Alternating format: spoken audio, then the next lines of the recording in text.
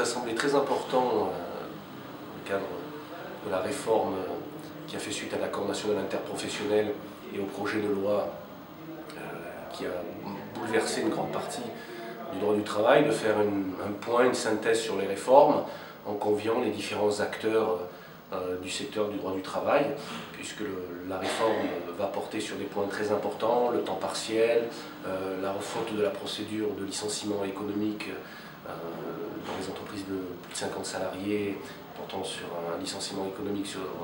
plus de 10 salariés sur une période de 30 jours, les accords intergénérationnels, les accords de mobilité, les accords de maintien dans l'emploi. Donc tout ceci est important dans le futur du droit du travail, et il fallait que les différents acteurs en prennent conscience de façon à ce qu'ils puissent déjà prendre les devants, sachant que le maître mot de cette réforme, c'est quand même la négociation collective. Et dans ce genre de contexte économique un peu difficile, il est vrai que plus de souplesse en favorisant la négociation collective permet de se sortir d'une situation de crise et donc, par mesure du possible, de l'anticiper. Il faudra attendre vraiment les décrets d'application.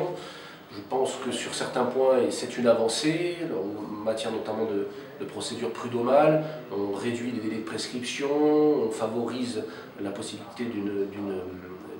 négociation et d'un accord au niveau de la phase de conciliation. Après,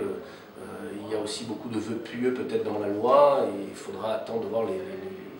les effets de cette loi dans le long terme, parce qu'il y a beaucoup d'incohérences.